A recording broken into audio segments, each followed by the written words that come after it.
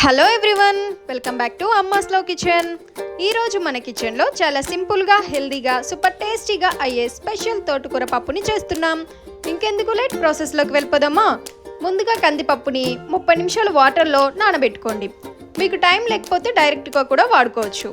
ఇప్పుడు కుక్కర్లో నానబెట్టిన పప్పు వేసి సరిపడా వాటర్, కొంచెం పసుపు, 2 కట్ చేసుకున్న ఆనియన్స్, 10 to 12 పచ్చిమిర్చి, 3 టమాటోస్ వేసి కలుపుకోండి. తర్వాత కడిగి క్లీన్ చేసి పెట్టుకున్న తోటకూరని కూడా అందులో వేయండి. చింతపండుని ఒక బౌల్లో వేసి కొంచెం వాటర్ వేసి కుక్కర్లోనే పెట్టేసుకోండి. ఇలా చేయడం వల్ల మీకు టైం కూడా సేవ్ అవుతుంది. ఇప్పుడు కుక్కర్ మూత పెట్టుకోండి. ఇలా 4 విజిల్స్ వచ్చే వరకు కుక్ చేయండి. కుక్కర్ వేడి చల్లారిన తర్వాత మూత తీసి టేస్ట్కి సరిపడా సాల్ట్ వేసి పప్పు గుత్తితో మంచిగా రుబ్బుకోండి. ఇప్పుడు తాలింపు రెడీ చేసుకుందాం. ఒక ప్యాన్లో ఆయిల్ వేసి హీట్ అయ్యాక ఆవాలు, జీలకర్ర వేసి వేగిన తర్వాత వెల్లుల్లి, ఎండుమిర్చి, కరివేపాకు వేసి మంచి అరోమా వచ్చే వరకు ఫ్రై చేయండి.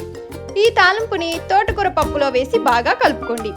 అంతే, హెల్దీ, టేస్టీ, మన ఇంట్లో అందరికీ ఇష్టమయ్యే స్పెషల్ తోటకూర పప్పు రెడీ. వేడి అన్నంలో నెయ్యితో కలిపి తింటే ఆ రుచి వేరే లెవెల్ ఉంటుంది. మీరు కూడా ట్రై చేసి ఎలా వచ్చిందో కామెంట్స్లో చెప్పండి. వీడియో నచ్చితే లైక్, షేర్, సబ్స్క్రైబ్ చేయడం మర్చిపోకండి. Thank you all.